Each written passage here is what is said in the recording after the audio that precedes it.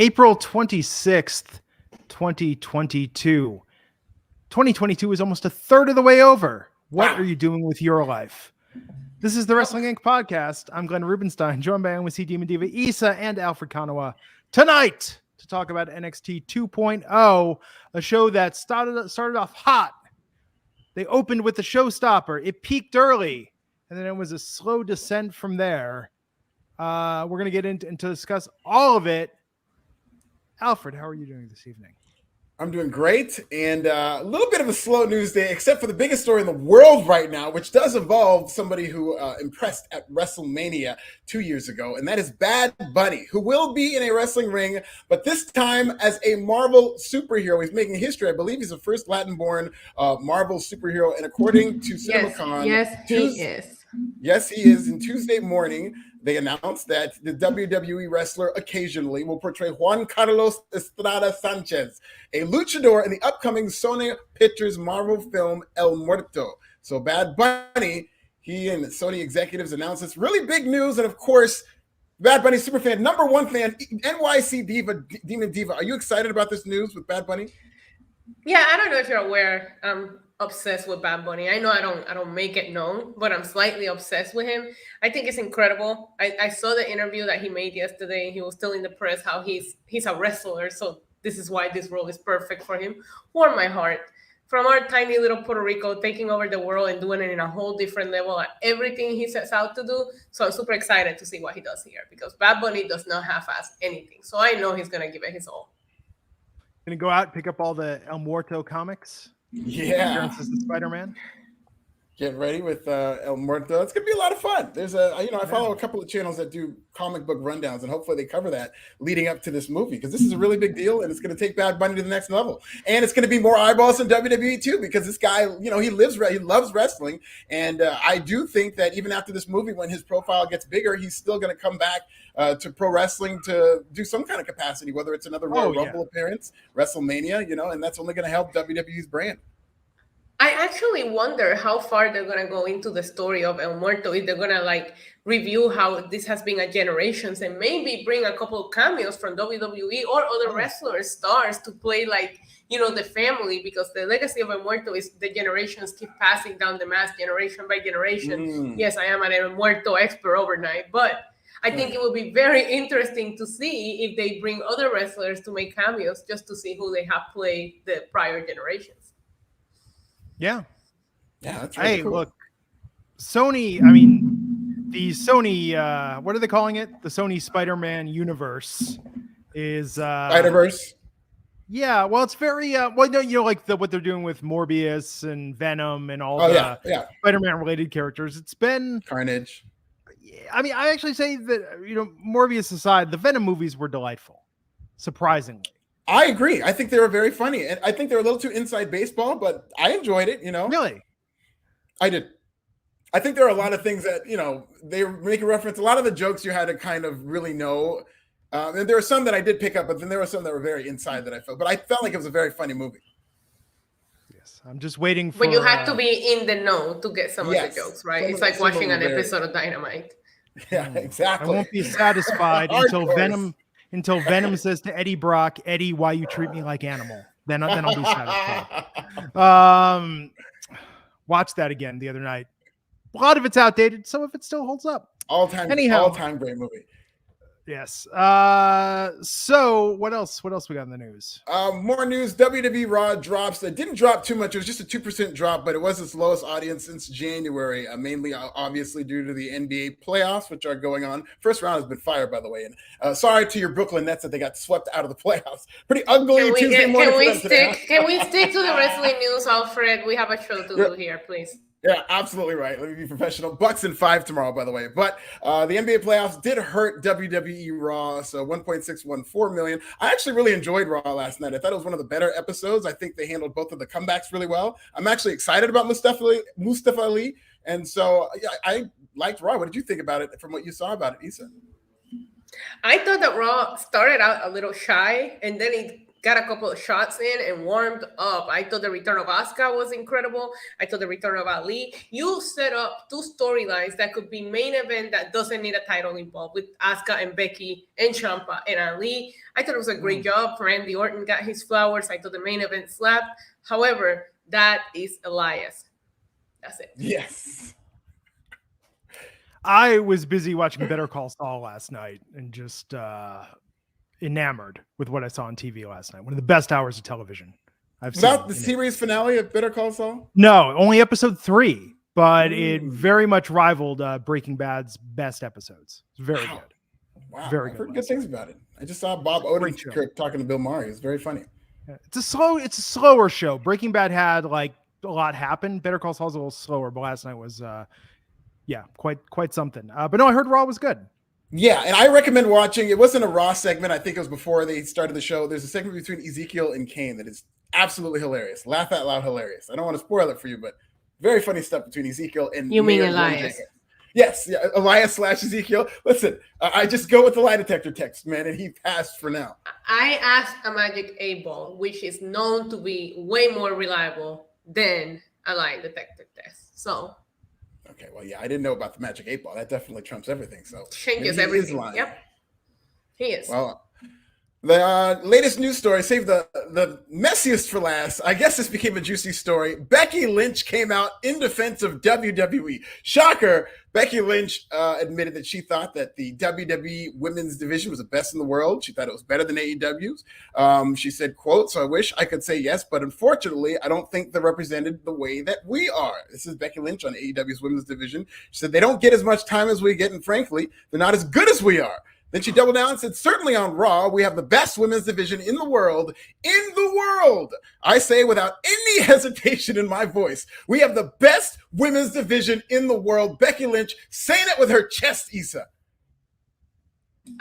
She definitely doesn't need a lie detector test because no lies detected on anything that Becky Lynch said in regards to that. She made a good point, and I'm only hoping that AEW takes words and say, okay, challenge accepted and start treating their women better. I do think they can build some stars, but there's a division there that, she mentioned Ruby. So I think it was 103 days that she was off television, and then she just had a short match right before the main event as usual. So Becky Lynch she's not lying. I think AEW could get there, but they're not doing them any favors. Do you think part of it is because NXT really allowed its women's division, a lot of the wrestlers to become stars, almost organic. Yeah, in the same interview, Becky Lynch actually gives all of the credit to how WWE is treating the women to Triple H and what he started with the women in NXT. And that it makes complete sense because that showed WWE when you saw one of the most memorable matches of the modern era was Sasha Banks versus Bayley inside the Barclays Center, sold out, people going crazy in this classic match. That showed WWE, oh my God, these women can draw. And that's where I think the big difference is between AEW and WWE is WWE has a murderer's row of women who can main event the pay-per-view easily. Bianca Belair, Becky Lynch, Charlotte, Ronda, Bayley, you name it. I think AEW has 2 women who can main event an AEW pay-per-view, and they could only main event against each other, and that's Britt Baker and Jade Cargill. That's it. That's all you got in terms of the depth, and there's not a lot of depth there. And even Britt Baker kind of alluded to that in her most recent promo on television. So in business, I'm sorry, Issa. No, go ahead. Okay, in business, there are 2 ideas sometimes in how you build audience and support, and that's you can build something from the top down or from the ground up. And I feel like with NXT, it's been very much from the ground up, whereas with AEW, it's been Tony Khan saying, okay, I believe in Britt, I believe in Jade, and then putting them on the fast track. Whereas in NXT, especially, a lot of these women got over very organically. And even when they got over and weren't given opportunities, that became part of their story. Where do you see that in AEW, that the fans are clamoring or getting behind a female performer, and that's causing AEW to say, okay, we recognize this, we're going to give her more time, more bigger storylines. I think Thunder Rosa to a degree, but I feel like a lot of this is coming from who Tony thinks should be at the head of the women's division. Yeah, I think the booking of Thunder Rosa has actually kind of exposed them a little bit, just based on, her booking as champion. I don't think has been very good at all. Yeah, she's had a whole, 3 minutes since she won the title. She's had 3 minutes on television since she won the title 40 days ago. So is, you can do better. And the angle that they gave her against Nyla Rose was just, I personally didn't like it. You didn't have to go in that direction with Thunder Rosa, but you can create the stars. You just have to like you said, believe in them. I know there's a lot of question on the women revolution and when did it start, but to Alfred's point, I remember being at Barclays. I didn't even watch NXT. I was just there because I was living in Brooklyn, and I was like, I'm gonna go because I was gonna go to SummerSlam the next day. I watched that Sasha and Bayley match live, and it changed my life. I started caring about women's wrestling from that moment, and I think everybody can create that magic with the right creative, with the right team behind them, and obviously the right training as well. I had not watched a single episode of NXT. I had not watched any WWE programming that was not tough enough in perhaps 10 years. Wow. And I tuned into that NXT TakeOver Brooklyn, and I became a weekly watcher after that. And that was probably 90% due to that match. Yeah, it's very fit. Just talking about it makes me remember exactly how I felt, because there was a whole story behind it. And it was just, they had this great, like, emotional story that they told. And it was a lot of fun to watch. And it put really those women and women's wrestling, because that's why they had the 4 horsewomen pose in the middle of the ring. It like really changed everything for women's wrestling. And while we're at it, you also have to, because we talk about AEW building Jade and Britt, they were the champions, right? I also feel like these title reigns, including Britt Baker's, is not elevating anyone, where I do think WWE in certain cases have been able to elevate somebody else. Like when Becky was in her demand run, she wasn't the champion for the majority of it. She didn't go on to win these titles until WrestleMania, but still, we were all behind her. We wanted that. And you don't need to put a belt on someone just to build them. There's something about, I think, Tony Khan and his booking, and something about AEW fans where I feel like they just haven't really gotten behind a lot of the women, like both creatively and audience support, and that's really been a hindrance. Yeah, I think they're more reliant on like the minute-to-minute ratings, and it means more to AEW, especially a show like Dynamite, to do good viewership. So maybe they're over-analyzing, like, well, we're going to have to build a lot of these women in order for them to eventually become ratings draw, like a Jade Cargill ended up doing. But they don't want to take that risk as much, I think, with the women's division. I think with a lot, you're seeing people like Wheeler Yuta get built up, but they're surrounding them with these big stars. And I think if you could put that same effort in the women's division, you can build television stars, man or women. Yeah. I don't know. I don't know why it's really weird to think about the early days of AEW, because now we're far enough along, when it was like, oh, Kenny was booking the women's division, and Brandy was talking about how to improve the women's division, and Cody had more booking influence. And it's really incredible how, like, Tony, underwriting the whole thing, decided to sort of flex his muscle and his say in things very quickly. Right.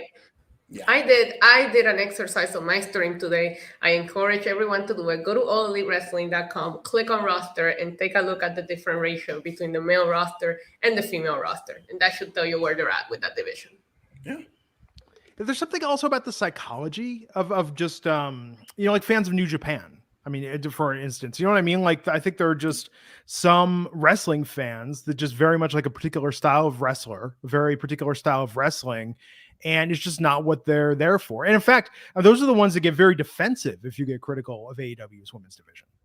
Oh, absolutely. And it's funny because AEW Women's Division, I don't think there's an excuse. They have now the pieces in place. I think that's what stands out. You have Ruby Soho now. You have Toni Storm. You've got, in addition to Britt Baker and these homegrown stars that they've tried to make, they've got an actual division. It's just not being used. And regardless of what people say when they freak out, that's always going to be an emotional response if you're rooting for your home team. But the fact of the matter is, there is something that hardcore fans are going to gravitate toward. It's going to be more of the ROH. That's why Tony Khan bought ROH. It's like a vanity project for a time in wrestling where women wrestling was not really something that a lot of these hardcore fans consumed. It's just a sign of the time. So it's going to be comfort food.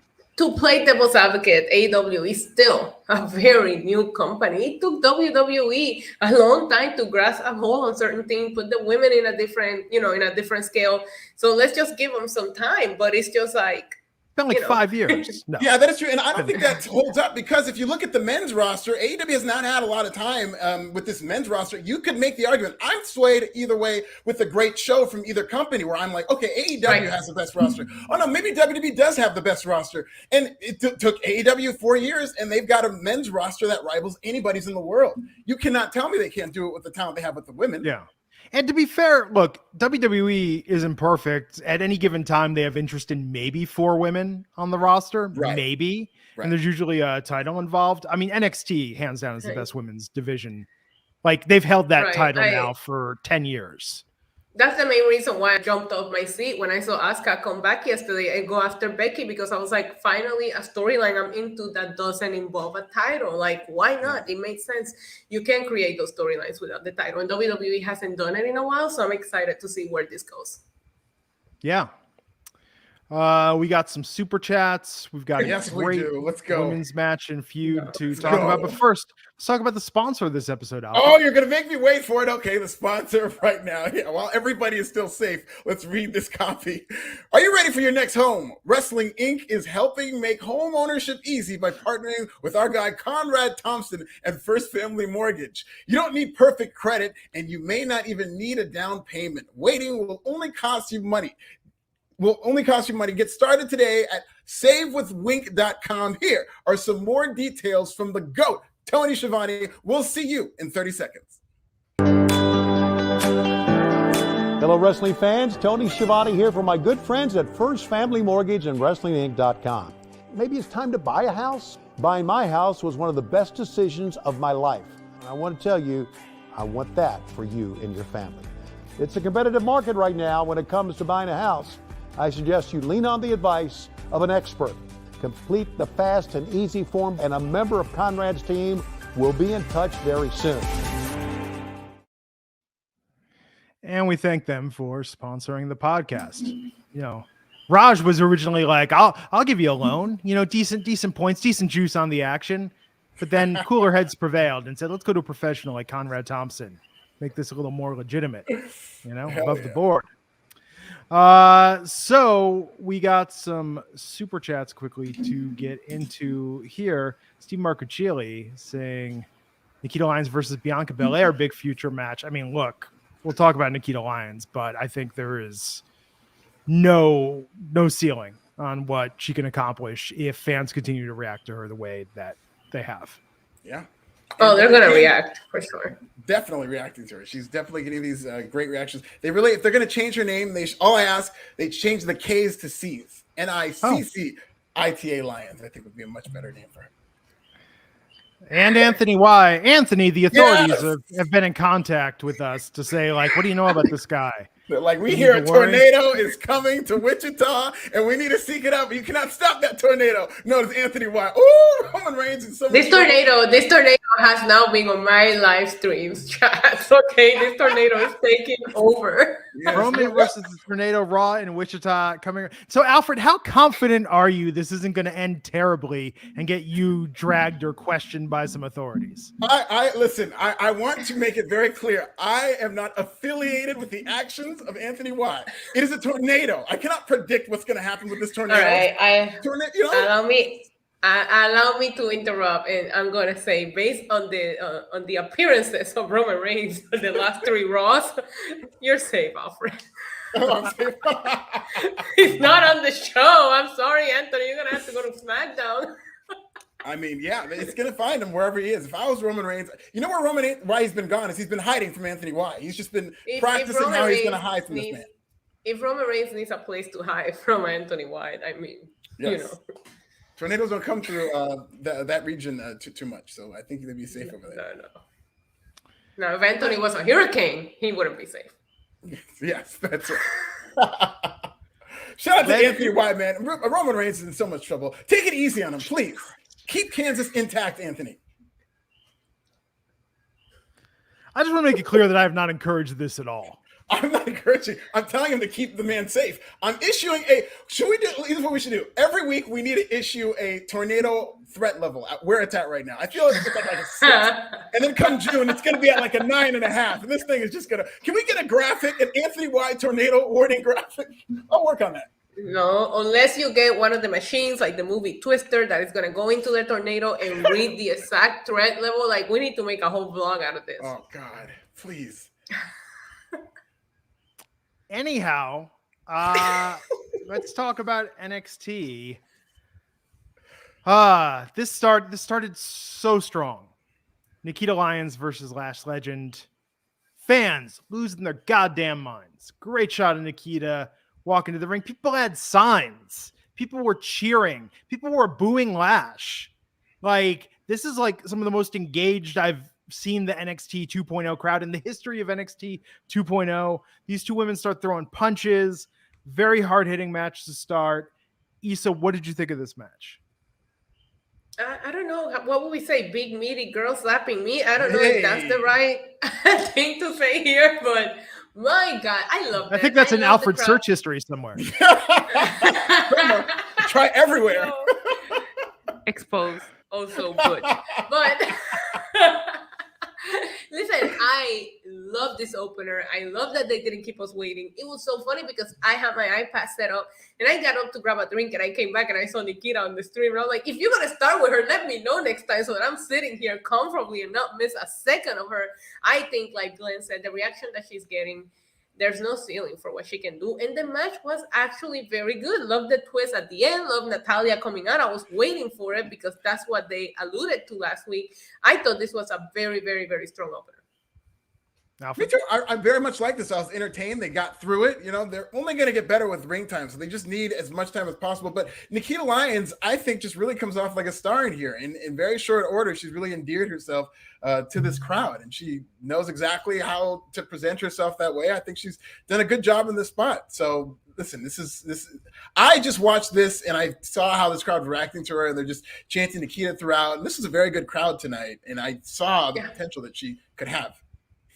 Joseph Boza saying this is probably the hottest non-title feud in NXT Women's history. I mean, certainly NXT 2.0, but I don't know about history. I don't know about history. Are we forgetting Paige versus Summer Rae? I mean, we're really, of course, looking over a lot. Because Summer Rae was an in-ring interviewer, and then she got into it with Paige, and then they ended up having a feud. Oh, yeah. God, that was like 10 years ago, almost. Yeah. Was it 2012? Yeah, it was about 10 years ago. That's crazy. But no, look, this match was great. Here's my worry for Nikita. I think they're going to put the title on her very soon. And then I think they're going to ruin her the exact same way they ruined Rhea Ripley. Because they're not going to know what to do when she's a champion. I think Natalya's going to get a run with that belt. I think it'll be a while before we get. I think the belt goes from Mandy to maybe Natalya and then Nikita. I think it's going to take a while. I hope it does. But yeah, they rush through everything in NXT because you never know when they're going to get called up. Because in this administration, these are all people who Vince McMahon would typically want to call up to the main roster. So anything is in fast forward in NXT. I don't know how she's going to fare on the main roster. I don't know how Vince would book her. I mean, I don't know. But the crowd reaction is impeccable. I just want great stories. And with Lash, this is really good. The crowd was booing Lash Legend tonight. I thought Lash was pretty over with that crowd. Yeah, but she's been playing a heel. I thought Lash has been doing a good job playing the heel character as of late, especially the last couple of weeks. I think she's a good talker, and she's obviously a phenomenal athlete. So that's going to come, hopefully, the in-ring. But she's got everything. And you mentioning that makes me think that I really want Lash in a different fields where people can really see her potential, because she is so impressive looking. I love her gear, just her height, she's very athletic, and I just want to be able for people to also cheer for her. But if you're making us pick a side, I feel like the majority of the people are going to pick Nikita at this point. So I can't wait to see her in a different field and see how the crowd reacts to her.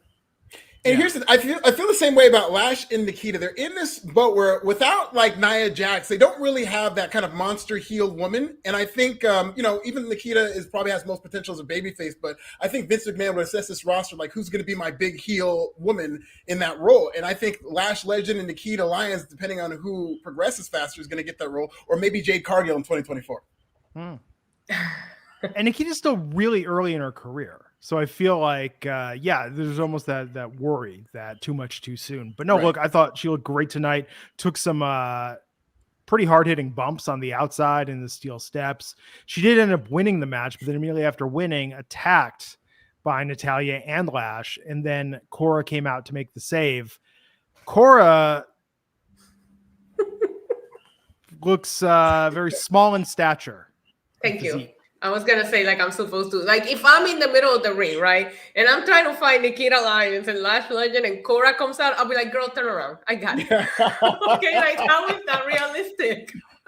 I'll tell you how they made it realistic is that they had her use a skateboard because that was the only way that you could even come close to believing she had a chance because she, was being dwarfed by Lash Legend. And somewhere Darby Allin was so offended. Yeah, gimmick infringement there. But she had bars for Darby Allin, by the way. We don't have to get into that. I know.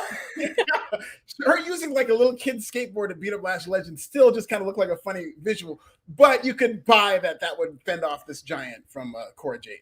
Well, and same thing, by the way, with Brooks and Dunn and Fallon backstage. Like sometimes you just get people that are taller and very, that carry themselves with more intimidating presence, and you get someone who's not, and that creates a disparity. I mean, that's just very, very simple that way. And I think with Cora, what do you think it is? Do you think it's that it's her age? Because I just don't think she carries herself with any sort of swagger or confidence yet. I feel like she's getting there, but that's the part that's not connecting for me. You know what I mean? She seems still too much like an underdog, not where I'm seeing there's that legitimate hope spot that she could win.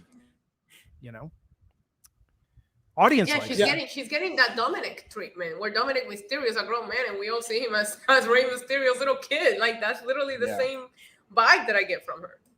And by the way, and they didn't do her any favors making her like a fangirl from Natalia on set. Yeah.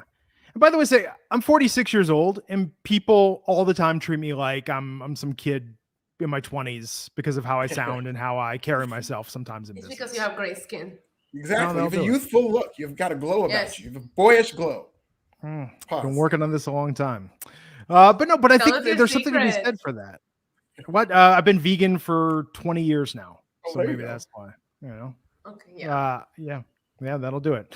But no, with Cora, I just think, she needs like to exude a little more confidence. And I think that's what's missing for me. Like, I don't see her as champion material yet, not because of her ability, but just because she doesn't come across as dominant or confident. It seems too much like, it's too 1, 2, 3 kid.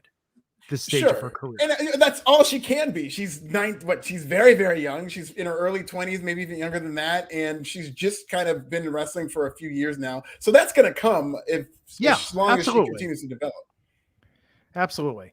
But no, love this match, and so there's going to be a tag match next week at Spring Break-In.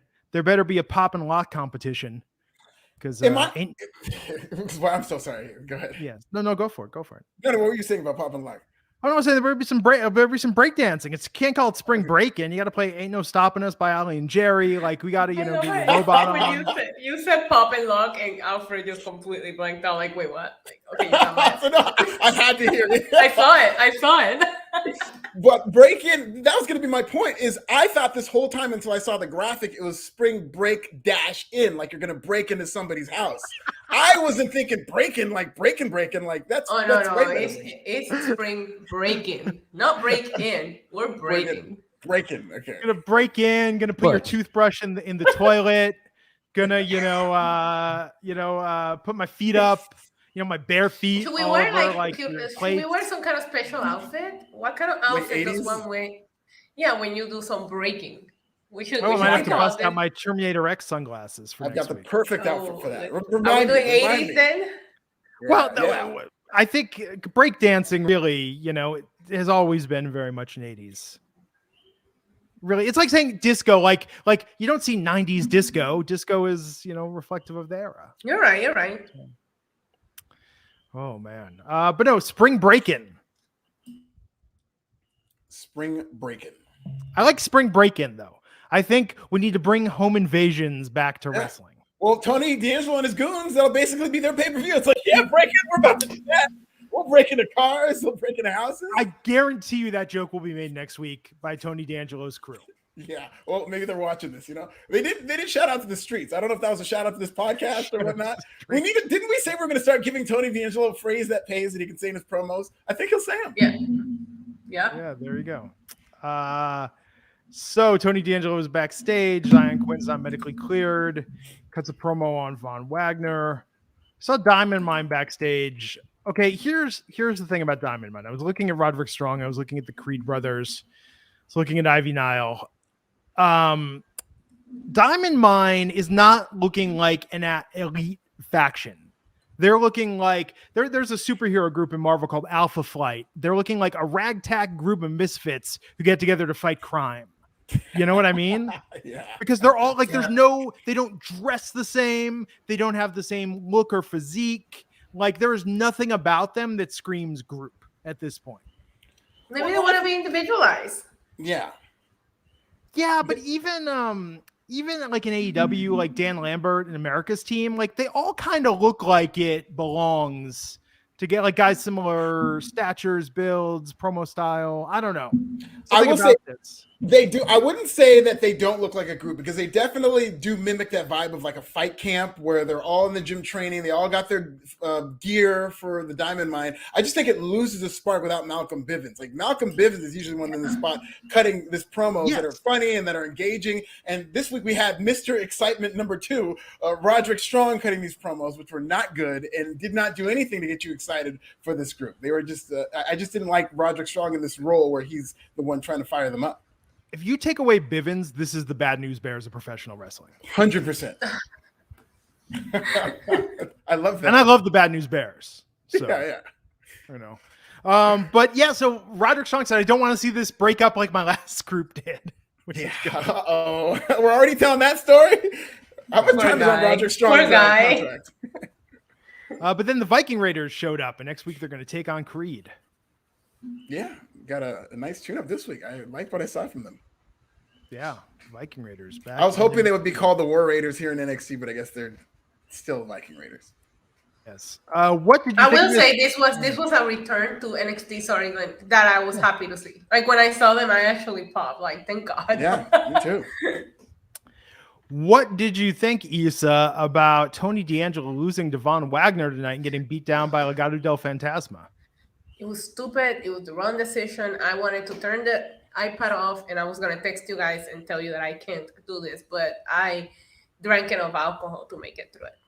Oh, man. See, that's what I almost didn't want to come and do this podcast. Yeah, too. I might walk out halfway through.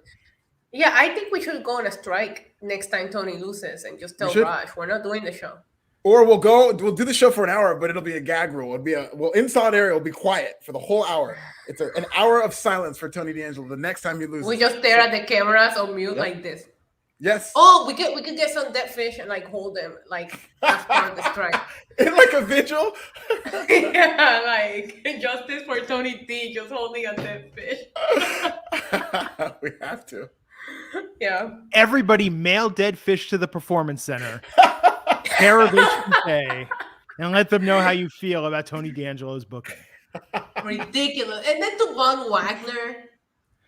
Von Wagner. Anyway, it's like, whatever. Like, this match wasn't even supposed to happen. They booked this match last minute because Sion Quinn was not medically clear. And what?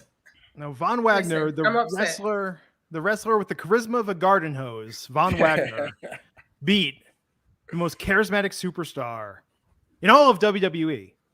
The dawn of NXT. Yeah, and I did love how Tony D'Angelo did call Von Wagner Mr. Excitement. I thought that was very funny. I know. We're now running with the storyline. This guy has no personality. But yeah, that's what made me think that Tony D'Angelo was, of course, going to win. But this might have been the most egregious booking in the history of NXT 2.0. In the history of professional wrestling. Yeah, sure. Ridiculous. Very disappointing. Let's see. Indy Hartwell, Persia Parada, backstage talking to Roxanne Perez, talking Toxic Attraction, talking about Roxanne's debut win, setting up a rematch for tonight. Then we had Fallon Henry with Josh Briggs. I'm done with Brooks and Dunn. I refuse to say his real name. Getting hyped up for the 6-person tag match. And, but Sophia Cromwell walked by and Brooks got distracted. So, So they're still doing the virgin thing with him because they kind of seem to be dropping that, but now they're still picking it right back up. Nathan Frazier made his debut tonight against Bodie Hayward. Alfred, what'd you think of this? I'm glad they didn't just make it about the wrestling. I have no reason to care about this guy, Nathan Frazier, and I won't until I know what he's about. But there's just an excess of all these wrestlers wrestling for the sake of wrestling. That's not going to do it for me, not in this era. So hopefully he has a story to tell or something like that. But I really did like that. Grayson Waller, I thought, stole this segment. I thought it was funny that he pulled the enhancement talent out before the match even began. Like, you don't really see that much. And then just kind of made it about him and bumped for the guy. The guy's got explosiveness and athleticism, but come on. He did. That was very good when he jumped out of the ring. That was very good when he jumped out of the ring. But we're going to need to see more and see how they book him. Reminds me, it looks kind of like Heath Slater. Yeah, he does have that kind of look, that kind of cool. Who's that guy? I can't even remember his name anymore, but he kind of mimicked Matthew McConaughey. A lot of people compared him to that, and he was with NXT for a couple of weeks and then kind of went away. I'll have to look up his name, but I did like the Chase U. All right. Yeah. I do not recall. But that's the amazing thing about wrestling is you can literally make your gimmick. I'm just going to do an imitation of someone that's famous. And that is my gimmick. Or I look vaguely like this person, so I will take their last name. Looking at you, RVD. It's just a very weird business. A-Kid, you're saying. Was it A-Kid? No, it wasn't A-Kid. I can't. This is months ago, and he's unfortunately been released, but I'll find out. We could give you a list of 20 names and say, guess which one's actually a former NXT wrestler. And you probably couldn't get it. Yeah, that'd be a fun game. Maybe. Well, with the name changes, we'll talk about the name changes tonight.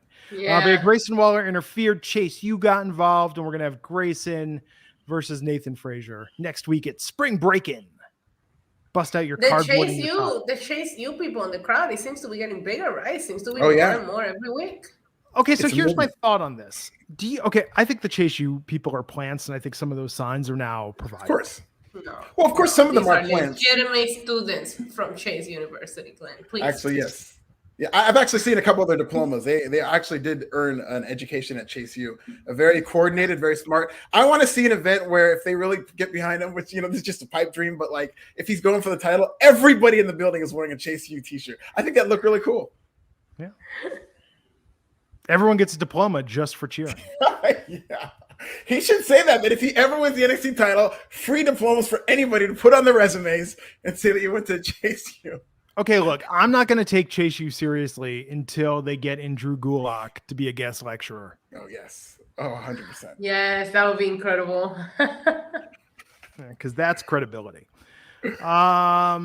Let's talk about Katana Chance and Caden Carter looking great tonight, taking on Yulisa Leon and Valentina for Rose. Issa, what'd you think of this match?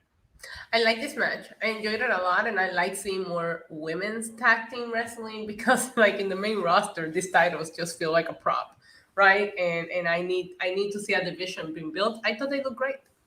Yeah, I'm really liking the new tag team partner for Caden Carter. She kind of reminds me of Casey Catanzaro, but Chance has got she's got a chance to really be something, I think. And I think this good, very promising debut for this new athlete.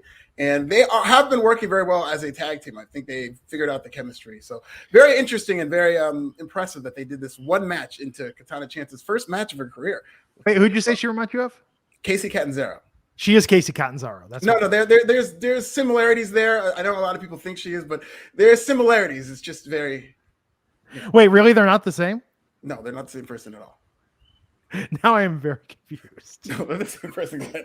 They're the same person, Glenn. Okay. Today, Casey Catanzaro was added to WWE 2K22. That's why. Oh, really? Well, good for her. Yeah, that's why. Because I was like, no, but Elias and Ezekiel are not the same person, Alfred. Huh. That's the thing. Yeah, they're not. And if he gets both, they both each get different checks, or does the check get sent to Elias both times? What happens there? Good question. Elias gets both checks. Katana Chance. I can't believe Glenn fell for that, though. That was incredible. I looked at it. I was just like, I don't know. You went on Wikipedia, looked up Katana Chance? No, I looked at it and I was like, because I almost was like, who is this? Because honestly, I was like, who the F is Katana Chance? Like, right? Yeah, I thought she looked good tonight, but Casey Catanzaro. Let me give you an example of this. Casey Catanzaro, because of her American Ninja Warrior fame, came in with a name, had an impressive spot in the Royal Rumble, had some memorable moments in NXT, and they said, nah, we don't know what to do with her. And they didn't know what to do with her so much that now they're like, we're going to give her a new name and relaunch her. Yeah. I mean, they've finally been doing something a little bit with this tag team, but it's weird that she's one of the people who they decided to change her names, because you see Cody Rhodes gets to keep his name and all people who have names that actually carry value. And I think that Casey Catanzaro is one of those people. She was very popular on a very popular show that rivals and I think does better than what Raw does every week. It would be hilarious if they made Cody Rhodes change his name in WWE and they're going to be Rhodey Codes. Like they just did something really stupid, you know? Do you think that Katana enjoys music festivals as much as Casey did? Does anyone? Yeah, it's gonna be tough to replace that level of enthusiasm. But Also, why haven't they shown us their Coachella outfits?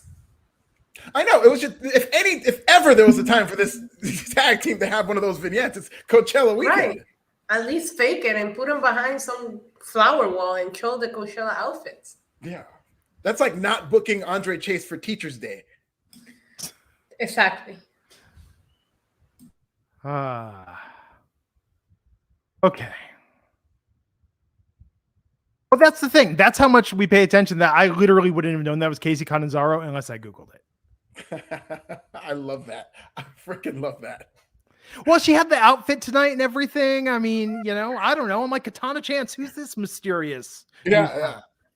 Different new up and comer. That would be the next level of WWE booking. If not only do they change names, and they're already kind of doing that with Ezekiel, what if they make you think that this is an entirely different person? Yeah. Kelvin R. Alexander, $5 saying the wrong team won. Leon and Perez should have won. No, I disagree. I think Leon and Perez hopefully will have their time, but I think Caden Carter and Katana Chance have put in the work, and I think it's time to kind of give them a solid push toward the tag titles. So after that, there's going to be a bad promo. Like, you don't have a chance. I have a Katana Chance. Oh, they're going to, yeah. Yes. Katana Chance in hell. And I missed last week. So for all I know, I missed out on vital information. It's like why I still can't find, China on a map. I was absent from school that day, and I just never bothered to catch up with the class. In wrestling, though, if you miss a week, you could really. Sometimes you miss nothing at all, and other times you missed a week, you feel completely lost. Yeah, 100%.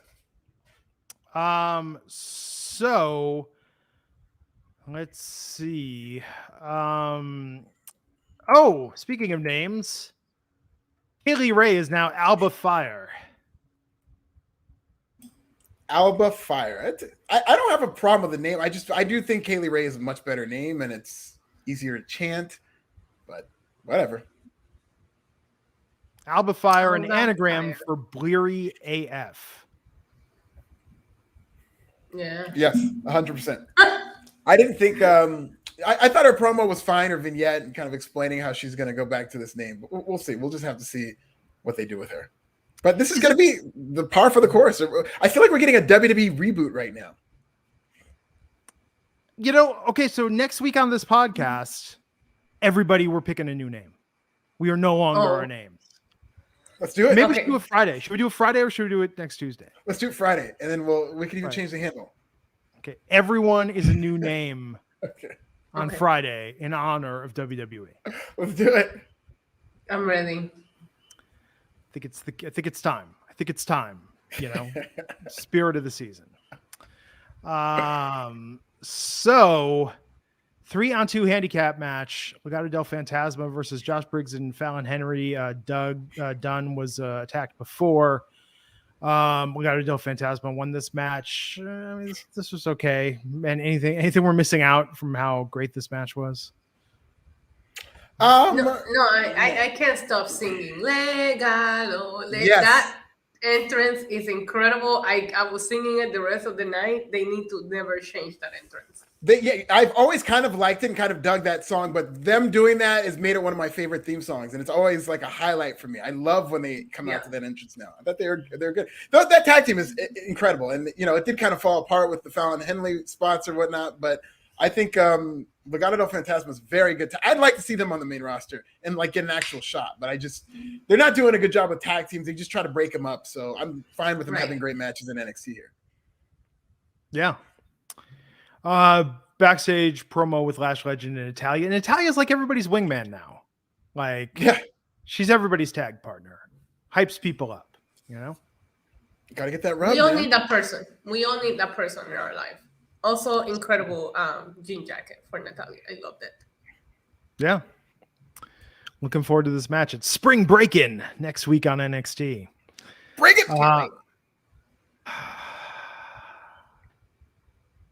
I didn't see the recaps in here, but in 2 weeks we get the next NXT Women's Breakout Tournament. Anyone pop you during the vignettes tonight for the breakout tournament? I like that they're doing the backstory and stuff like that. I don't think they dug deep enough with some of these talents. I know which one I know which one you think was the thin one. I know which one. Tell me which one I thought. The admin, the administrator. Oh yes, yeah, of course, yes, absolutely. That seemed very like 1987. Yeah. 100%. And it's just there's one she's like a former beauty pageant queen, but also MMA background. No, it's fine. I think I thought that was really cool in terms of she's going to mix it all together. People are going to have their preconceived notions, and hopefully she's able to really impress in terms of using her MMA background. But just for in general, I felt like they were all kind of going for surface level type stuff when they were telling their stories, and I feel like that they could have done a better job digging for interesting things about these people. Agreed. Yeah. Oh, and we did see backstage Grace Waller and Tiffany Stratton hitting it off. Yes, with the whole accent. Did you guys think that Tiffany Stratton and Mackenzie Mitchell looked like twins at some when they were being interviewed? I just couldn't get over how similarly they looked. Yeah, it was very distracting. I noticed that as well. Solo Sikoa versus Trick Williams, with Solo getting that win tonight. Yeah, yes. Solo's over. Trick's got it. He's got the it factor in terms of he's somebody who could definitely be a star, and he'll need as much ring time as possible and stuff like that, like a lot of people in here. But just in terms of the non-wrestling things you have to get, like this look and just the charisma and all that stuff, I think he's right there. I think Trick Williams is a very entertaining person to watch. Yeah. This was good. Agree, but I'm Team Solo Sikoa. I love him, and I think it's time that if they're not gonna call him up, then start booking him as the star that he is in NXT. Yeah. Good confrontation after with Grimes and Carmelo, and I like how they're building this. Yeah, it seems like Grimes is gonna slowly go heel. I think that whether WWE does it or the crowd too, I think the crowd's going to side with Solo Sikoa, and I think Grimes is going to have to go heel. He's back to wearing suits, which he usually was doing, but now he's wearing a man bun, which I think is kind of a heelish thing to do, and I think he's going to be heel. Yeah. Good match, though. Enjoyable. We had Idris Nofe and Malik Blade backstage doing a little homage to Cool Runnings tonight. Cool Runnings, baby. Yes. I see pride. I see power. Now, Cool Runnings holds up. I see a badass mother. Yeah, it holds up. I see it at least once a year. Nice. Yeah. It's really one of those movies when you're flipping channels, if it's on, you stop and you watch it, no matter what. You want to know what I see? That was great. They nailed it. They just nailed that segment. Yeah. So they need to do a Black 90s movie every week. Next week, I want Don't Be a Menace. I want a scene for scene remake of a scene from Don't Be a Menace. There you go. This was good tonight. I like this promo, and they took on the Viking Raiders. We'll talk about that in a minute, but oh God, it's Tony D'Angelo. We're going to talk about this. But let's talk about Malik and Idris versus the Viking Raiders. The Viking Raiders got the win, but there was a show of respect between the teams after. Yeah, they should have respect. I mean, he just put these guys over like $1 million the way he was bumping for these guys like they were superstars, which they did appear to be superstars in NXT. And I thought it was a great showcase for the Viking Raiders, and I thought Idris looked really good taking some of these bumps. Yeah, I love seeing the Viking Raiders back in NXT. The crowd just received them so much. They haven't been doing anything with them in SmackDown, and just seeing them get that reaction, it was great for them. I was happy. Yeah. Good match. Vignette for Wesley at the beach. I love this so much. Now, Alfred was talking about how the video packages for some of the ladies in the tournament was thin. I love this. This felt like he told you everything that you needed to know. I love that they addressed the situation. I was here for this entire segment. I thought it was very well done. 100%. I think this is the best vignette they've ever done. I mean, they're telling the story that the people here in Florida, in NXT 2.0, in the 2.0 era, Of all these vignettes we've seen, this is the one that really seemed like it was a human being. Very similar. I know, Lacey Evans catches heat on this podcast from time to time, but very similar to that dynamic where they're just telling a person's real story. And they're doing it in a way that connects with the people who watch this show. You can argue that it's inside, but the message overall is something anybody could relate to, where it's me against the world. I'm going to go through myself. I don't know what story they're telling, whether they're going to push him as a single star, or maybe they will tell the story that him not trusting anybody is hurting his career, where he keeps losing as a single and needs somebody, maybe a Finn Balor, maybe a Ricochet to come from the main roster or something to be his tag team partner. But I love everything about this segment. I thought it was amazing. If they had shot those Lacey Evans promos like this, there'd be some of the best stuff that's been on SmackDown and AEW. Yes, right. Promo-wise, delivery was very good. I'm excited, but I was expecting at the end for like a card to come up, like with a new name. Lee West. Yeah. No, I was expecting for a car to come up and the windows roll down and a bunch of smoke, and it's Matt Riddle saying, "Dude, bro, what are you doing?" The shaman comes and gets him. Let's go. Terry Allen Jr. 240 saying Santino's daughter breakout tournament. No, who's Santino Morella's daughter? Which one? I know she's part of the. I don't know. Yeah, which She one has a was new she? name. It was one of them. Hold on. Yes. Let's see what her name I have. I don't know. Maybe I don't. She was one of the video packages. I know that much. Ariana Grace. Ariana Grace. Yeah. Ariana, of course, Ariana Grace. Ariana Grace. There you go. That'll be interesting. We'll see how she does. I'm looking forward to it. Yeah. Okay, Tony D'Angelo was in the back. He was saying, Legato del Fantasma outnumbered him, so he made some calls. He made some calls in the span of like half an hour, and now he's got his crew. Oh, good Lord. Troy Two Dimes Donovan and Channing Stacks Lorenzo. I liked Two Dimes Donovan. I thought that slapped. I don't know about Channing Lorenzo. I know, me too. Look, there was a second where I almost hopped off the couch because when he said I got two guys, I really thought Enzo and Cass were going to show up, and I was just Well, yes, this is a disappointment if you expected Enzo and Cass. But exactly. I like how Tony D'Angelo's really kind of sinking into this Italian character. He's really got the accent down to kind of like cartoonish levels, but entertaining. Yeah. Like, I think this is going to work. The more people in the family, the better. Tony, if you need any goons, I'll be a goon for Tony D'Angelo, okay? Holla at your boy. Same. We'll all be goons. Same. He's going to have to add a female to this at some point, yes. And I'm ready. 100. Look, I'm a fan of organized crime films, movies, TV. Not organized crime itself. Before you say films, it's not such. Yes. Make that into a meme. Glenn saying, I'm a fan of organized crime.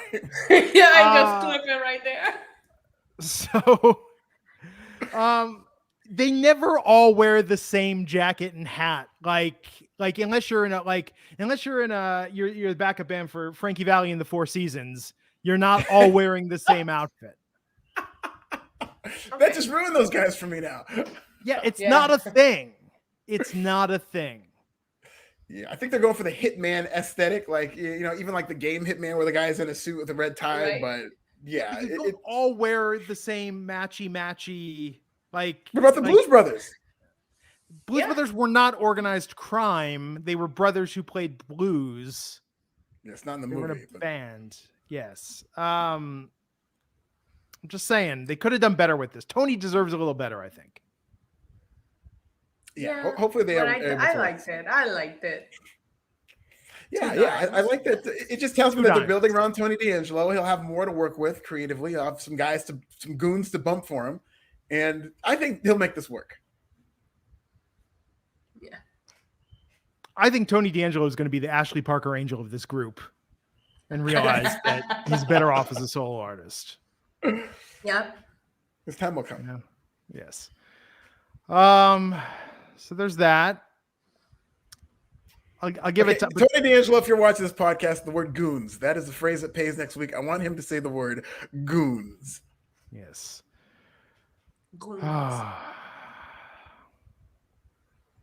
want to meet Tony's dad. We got to get Tony's dad to like come and counsel him and give him advice. I don't know about that because we saw a dad show up tonight and that didn't go well for him. So maybe Tony will protect his dad.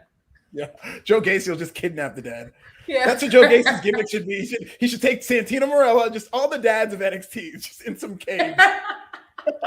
Yes. Look, maybe WWE, we know William Shatner's a fan of wrestling. What about Robert De Niro or Al Pacino? Maybe they could really go big. Maybe Chaz Palminteri, maybe Anthony LaPaglia. I'll keep going down the list of further and further until we find someone that normally plays organized crime figures who happens to be a fan of WWE. Ray Liotta. Ray Liotta would be good.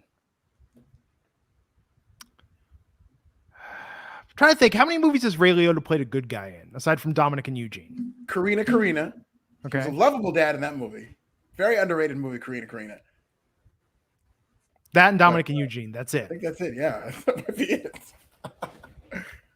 Wow. Unlawful Entry is on cable all the time lately, and I have no problem with that. Love that movie. So let's see. What was next? Oh, Mandy Rose versus Roxanne Perez. Mandy Rose getting the win, but it was really about what happened after the match. But what did you think, Issa, about Mandy versus Roxanne? I thought it was a good match. At one point, Roxanne bit Mandy Rose, and I couldn't think that maybe she didn't play video games and actually train. She would have been able to counter that a little bit better. I'm like, this isn't your video games anymore. You can't be biting people in the ring. We all know she's more talented than that, but now I cannot get that that's the backstory that NXT is giving her, because we know she's so much better than that. So I couldn't help but to think that. But I mean, they obviously have something for her if her first stop is the champion right now, But yeah, fun match. She looked great in there. This Roxanne is a stud. She's like a phenom in some ways in terms of I thought she's really good. I was surprised they beat her already, but I get it. It's a champion. I thought this might have been one of those things where she gets to win over the champion in a non-title match to build towards something. But she looks good. So far, what I've seen of Roxanne is good. I saw clips of her. I'd heard some buzz about Roxy. I've never really seen too many Roxy matches, but I've heard some buzz. I know she was part of Booker T's school, and she's looked great. Well, and if you were wondering why JC and Gigi were wearing hats that must have been a tribute to Debbie Gibson in the Electric Youth era tonight, it's so they could shield themselves from the silly string attack at the hands of Roxanne and Wendy Chu. I wasn't a fan of this, actually. Yeah. You liked it? No, I was not. No. Oh, okay. I just said I was. I was like, I hated it. Silly string. When's the last time you thought about silly string? Listen, if we're going back to the 80s, Glenn, so we got to break out the silly string. We got to, have the disco balls. Yeah, maybe 89 was the last time silly string was over. Yeah. So they're really infantilizing Wendy Chu. You think? I know. You didn't think the onesie was enough? Yeah, that's what I'm saying. The gimmick is kind of akin, but they did a good job towing that line, especially when she would wrestle and making it more about her sleeping. But now, instead of just being a sleeping gimmick, which is all the onesie was for, now she's literally acting like a baby or like a child, and I don't like that. Right. You know what it's going to be? They're going to reveal that it's like the movie Jack with Robin Williams. Yeah. She's just aging really fast. Exactly. I can get past the onesie because we all have whether it was because of the sleeping. I know that me and my nephews we dress up in onesies after our Thanksgiving dinner and we have a bunch of fun. So I could get past that because I do know that people still do the onesie thing, but this tonight I just didn't like it. Not for me. Yeah, she's like Kevin. She's doing the Home Alone gimmick, basically. Wendy McAllister. Yeah, Wendy McAllister. Also, Ho Space Malone, great new name for an NXT talent. Break in, Home Alone. Yeah, we got to start. But it has to be male talent. You just stole my name idea for the show on Friday. Damn it. Home Alone. I actually like that. Yeah, I think that's good. But it should be a male talent, though, or else it's a little sensitive, That's exactly why it will work. We're non-binary, It's true. It's true. So let's see. Oh, Sloane Jacobs got a vignette tonight. Wants to be the youngest NXT Women's Champion in history. We saw her. She was on a couple weeks ago, in just a random match, wasn't she? I believe she's been in AEW too, right? Didn't she do a couple of shots for AEW? And she's 19. I didn't know she was that young. But this was another one where I thought she didn't have to say I was in AEW or something like that. But I thought they could have done more with her story. I thought they were just her story is that she's 19 years old. You got to do better than that. Yeah, I'm gonna put her in the ring with Cora Jade for who's younger or something like that. Congratulations, you were born in the 2000s. Jesus. You're Whatever. part of that horrible Gen Z generation. Can't relate at all. Cora Jade is older. Cora Jade's 21 years old. Oh, she can drink. Let's go. There you go. That should be. They should get a tag team where she buys her alcohol, and she's like a bad influence on her. Finds her a fake ID. Yeah, there you go. Hey, I'd be into this. Oh man. Why does Joe Gacy have like druid warlocks as part of his cult now? Did you notice one of them was Harlan? Like Harlan has been demoted to a druid. Yeah. And they didn't even mention that it was him. It was like clearly him, his body type, his tattoos. And no, he's just a druid now. Also, can we talk about the fact that we wouldn't need an overrun if one of the druids would have just handed Gacy the title directly instead of passing it one? But like that took like a whole 3 minutes. I'm like, why are we doing this? It did. I will defend. I did like that as a visual. I was not a fan of this whole segment, but I did like the visual, especially knowing that they're going to put this in the video package. That does look kind of badass, especially when they speed it up. Them, passing the title along. Yeah. Okay, fine. I didn't like it. I thought it was unnecessary. Like I was like, why doesn't one of them just go like, here you go, dude? Here you go, bro. They just pass it to him. Well, the Cougar 97 wants to know are all the hosts Generation X. I'm technically late Generation X. Alfred is a millennial, and Issa is Gen Z. No, I'm a millennial. What the hell? Yeah, I was saying you look young. Very, very late millennial, young millennial. Yes, absolutely. Millennials, the last great generation. The next, starting with Gen Z. You know how people always say, back in my day, they're all prideful about their Gen Z is going to be the first generation that has to go, oh, back in my day, like, oh, we canceled people. Everybody was a bully on, it's just like everybody had anxiety problems. Like this is a terrible childhood. But the 90s kids, we had a great childhood. We had a Goofy movie, you got all the things to brag about. Keenan and Kel, all that, In Living Color. I mean, it just goes on and on. Rugrats, Nickelodeon, Lisa Frank. Remember Lisa Frank? The way I exposed my age as soon as Glenn called me Gen Z, that would probably be the only time that you're going to be like, no, I don't want to be involved in that. I'm in denial about my age until you put it that way. Then I'm like, okay, no, hold on. So Gacy took the mic, was talking about Braun's father. Rick Steiner came out. Braun came out. They're beating up druids. Gacy's got the belt. Like, they went over for this. I mean, like, okay, Issa, do you like this feud? No, but Alfred, do you like this feud? I do not at all. And the crowd didn't like it either because they started chanting, "We want wrestling," and it's a very overlong promo. And it's the second week in a row that you close with this crap and not a solid wrestling match. Yeah. And Gacy shouldn't be Gacy versus Braun. It should be Harlan versus Braun. That's actually a really interesting, hard-hitting match. I'm assuming Harlan's going to fight half this match for Gacy next week. Yeah, if they ever acknowledge him, if he gets to come from, I don't know if this Druid thing is permanent, if this is part of the acceptance that Joe Gacy is saying everybody's the same. I will say that I did like that they kind of went back to his roots, that now he's doing acceptance. Yeah, at least with the promo. Yep. Yes, to say his motivation, but it did feel like too little too late because the Druid thing. And Glenn, do you like this feud? I do not like this feud, no. Okay, sorry. Were you? There was a rumor floating around last week that you were one of the Druids. Can you confirm now that that's where you were last week? That's why you couldn't make the show. Oh yeah, you were one of the Druids. Yes. I got on a plane and I went to Florida. I was unmasked on the plane. I was unmasked in Florida, just like going up to random people and saying, "Cough on me, bro." Yeah, it was good. I just traveled, and that was the weirdest thing, by the way. The non-mask anywhere anymore is so odd to me. It feels completely weird. That's why he dressed up like a Druid, so he can cover his whole face from all these Florida people coughing on everybody. Oh, man. No, look, I hate this feud. I think Braun Breaker has been boring pretty much the entire time. His wrestling is good. His promos do nothing for me. I don't know who his character is. I don't care who his character is. And his feuds have been dull. Joe Gacy being like the bottom of the dull. Like there is no there to any of this. I will say I've been impressed with Braun Breaker in terms of his ability. In ring, absolutely. Booked him. Yeah, they have not booked him well, and this is definitely the worst example of that. Braun Breaker makes Ricochet on a promo look like John Cena. Wow. Really? Okay, I don't think his promos are that bad just because he sounds so much like Scott Steiner. I think he'll tap into that crazy inner Steiner energy, and eventually I think they're going to get really entertaining. But I don't think they're that bad right now. I think he can talk. It's just he doesn't really say anything engaging. Yeah, and that's the point, though. Yeah. Like you can talk, but if you don't actually have substance, what's there to connect with, you know?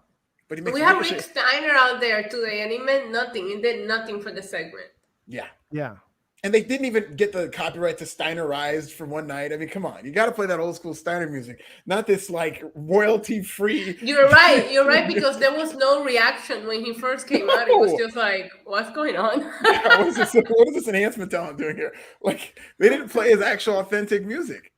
Yeah, there's a lot they could do with this. With Joe Gacy, this is still, his character has never evolved. It's actually devolved. It started with doing this woke parody thing that I'm assuming Road Dogg was entirely responsible for.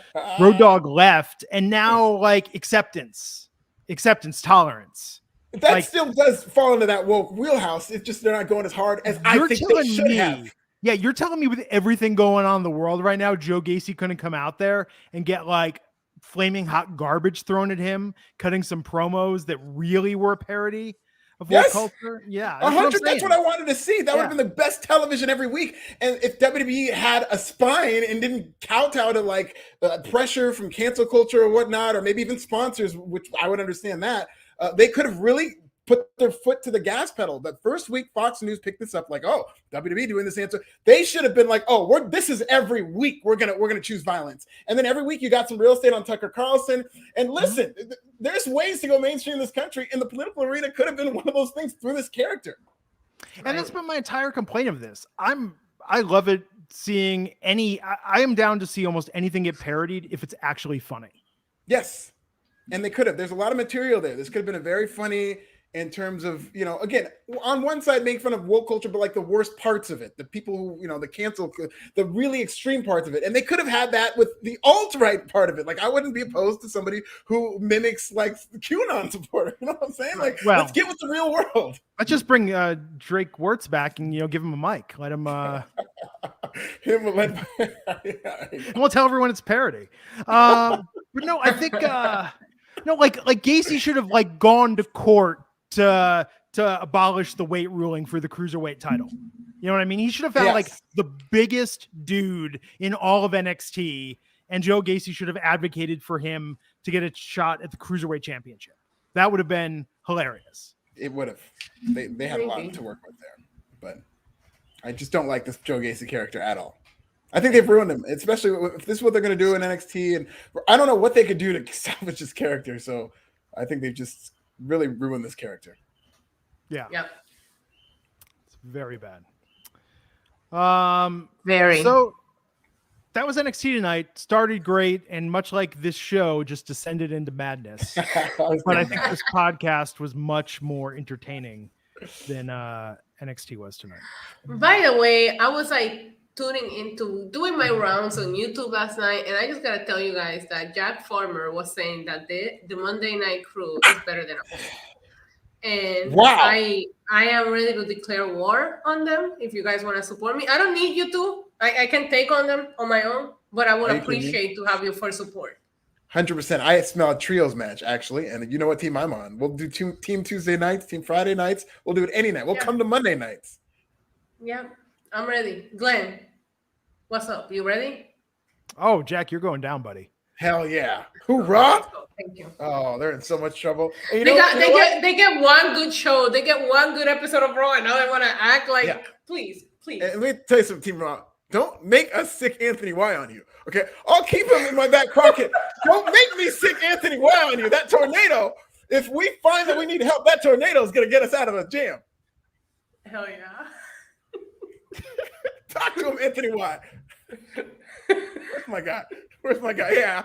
Nothing. I see him. There you go. Anthony Y knows what's up. Thank you. I thought you guys would have my back. I want you to know I would have fought this battle with or without you, but I appreciate this. Yeah, I know. Yeah, not even that, but we just gotta support our sibling here. You know, it's a brother and sisterhood in arms, and we're going to challenge anybody who comes to this kingdom. Look, I'm just saying, as the eye candy of Tuesday and Friday nights, that Jack, I know you're pretty, bro. I get it. He'll never I'm be just on your level, saying, Glenn. Where's your shiny shirt? Yeah, come at me, bro. Oh man. Oh, we're gonna get him.